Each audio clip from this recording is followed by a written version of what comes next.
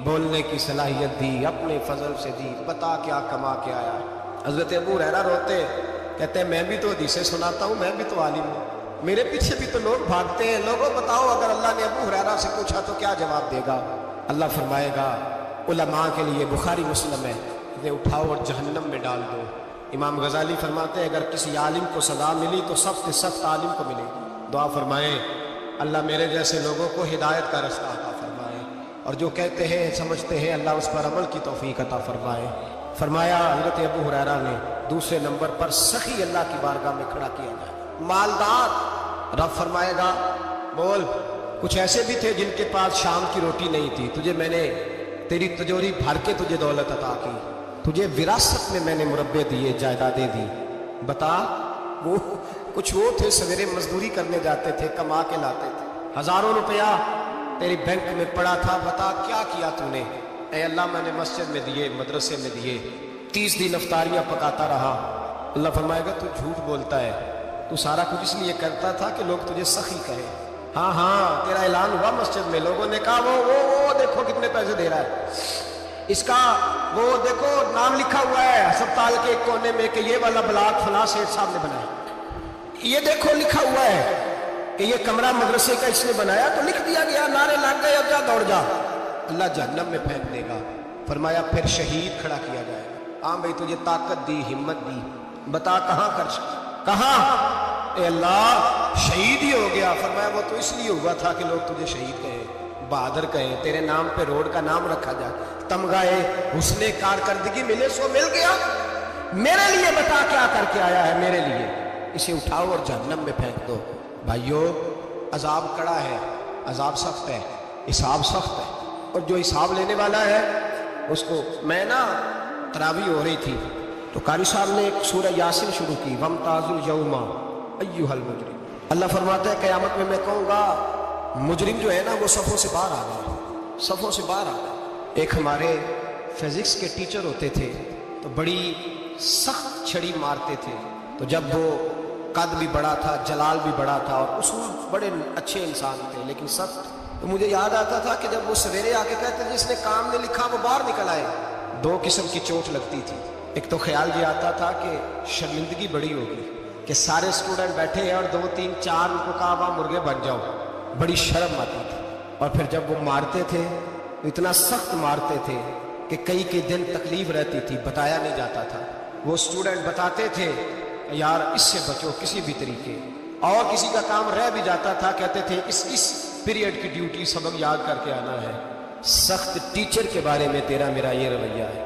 تو یاد آ رہا تھا جب وہ کہہ رہے تھے نا وَامْتَازُ الْيَوْمَ أَيُّهَا الْمُجْرِمُونَ، تو میں صف میں کھڑا تھا تو 2 قطرے میرے بہہ گئے آنسو کے۔ مجھے ساتھ بچہ کہنے لگا طبیعت ٹھیک ہے، میں نے کہا طبیعت تو ٹھیک ہے، کچھ یاد آ گیا ہے کہ میدان محشر میں یہاں تو چھپے ہوئے ہیں نا عیب، چھپے ہوئے، اور بھائی رب بڑا قریب ہے، عیبوں کے باوجود نوازتا ہے۔ میرا دعویٰ یہ ہے اگر ہمارے عیب کھل جائیں، لوگ ہمیں دھرتی پہ جینے نہ دیں، لوگ جینے نہ دیں، نکال دیں، اپنے بھی ہمیں برداشت نہ کرے، یہ تو اس کا کرم ہے۔ پتہ سارا ہے سردار مکیتیاں دا پردہ چپایا ہی تیرا بھلا اسی۔ وَامْتَازُ الْيَوْمَ أَيُّهَا الْمُجْرِمُونَ، اللہ فرمائے گا مجرم باہر آ جائے۔ یا اللہ کیا ہوگا؟ جب سوال جواب ہوں گے تو رب فرماتا ہے تیری زبان پہ مور لگا کے بند کر دوں گا، تیرے ہاتھ بولیں گے، پیر بولیں گے، سر بولے گا، پیٹ بولے گا۔ اس وقت کی فکر پیدا کرے، ٹینشن پیدا کرے، وقوع قیامت حق ہے۔ اور باندھ کے نا لوگ پیر باندھ کے زور کے ساتھ باندھتے ہیں۔ سگا بیٹا جب قبر میں دفن کرتا ہے نا تو وہ بھی کہتا ہے وہ کونا، یہ کونا تھوڑا سا مٹی کم ہے، یہاں بھی مٹی ڈالو۔ پہلے لوگ روزانہ جاتے ہیں، پھر ہفتے کے بعد، پھر مہینوں بیت جاتے ہیں۔ کچھ قبریں ایسی بھی ہیں جن پہ کھڑے ہوں تو لگتا ہے قبریں رو رہی ہیں اور کہتی ہیں جاؤ میرے گھر والوں سے جا کے کہو کوئی پھیرا ہی لگا جائے، وہ ایک دفعہ آئے تو صحیح۔ مٹی نہیں ڈالتا، بادشاہوں کی قبریں روتی ہیں، سرمایہ داروں کی قبریں روتی ہیں، کوئی جاتا نہیں۔ اتنے موٹے سوراخ ہیں قبروں میں، آپ اپنے شہر کے قبرستان پھر کے دیکھ لیں، سوراخ ہے۔ اور بھائی حضرت مولا علی شیر خدا قبرستان گئے تو پہلے رونے لگے، پھر کہنے لگے قبروں والوں کیا حال ہے تمہارا؟ تو آپ فرماتے ہیں مردہ مجھے اندر سے بول کے کہنے لگا علی کفن پھٹ گیا، ہڈیاں ٹوٹ گئی، مال تو دے آئے تھے وارثوں کو پر حساب ہمیں دینا پڑ رہا ہے، تو بتا پیچھے کیا حالات ہیں؟ تو حضرت علی کہنے لگے تمہاری بیویوں نے اور نکاح کر لیے، تمہارے دوستوں نے نئے دوست بنا لیے، تمہاری اولادوں نے تمہارے بغیر جینا سیکھ لیا، تمہاری جائیدادیں بٹ گئیں، تمہارا پیسہ تقسیم ہو گیا۔ پہلے تو کوئی تمہارا نام لیتا تھا، اب تو تمہارا ذکر ختم ہو گیا، اب تو ایک دو نسل تک تمہارا ذکر تھا، اب تو تمہیں یاد ہی کوئی نہیں کرتا۔ کہتے ہیں لوگ یہاں کوئی رہا کرتا تھا، یہاں کوئی ہوا کرتا تھا، اب تو تم قصہ پارینہ قصہ ماضی ہو گئے۔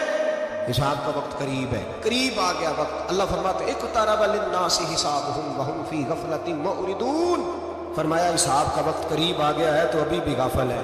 جمعۃ الوداع ایک پریشانی لگانے کا ارادہ تھا، بڑی پریشانیاں پالی ہیں، ایک پریشانی اور پال لو، جس کو یہ پریشانی لگ جائے اس کی عمل ثمرنے لگ جاتا ہے۔ یہ پریشانی پال لو کہ اگر مجھے حساب دینا پڑے، حضرت عمر کا فرمان، آپ فرمایا کرتے تھے اپنا حساب خود کر لو قبل اس کے کہ اللہ تمہارا حساب، خود کر لو اپنا حساب، خود کھاتے ٹھیک کر کے رکھو، چیک کر کے رکھو۔ میری دعا ہے اللہ پاک ہمیں ان میں شامل کرے جن کو وہ معاف کر دے۔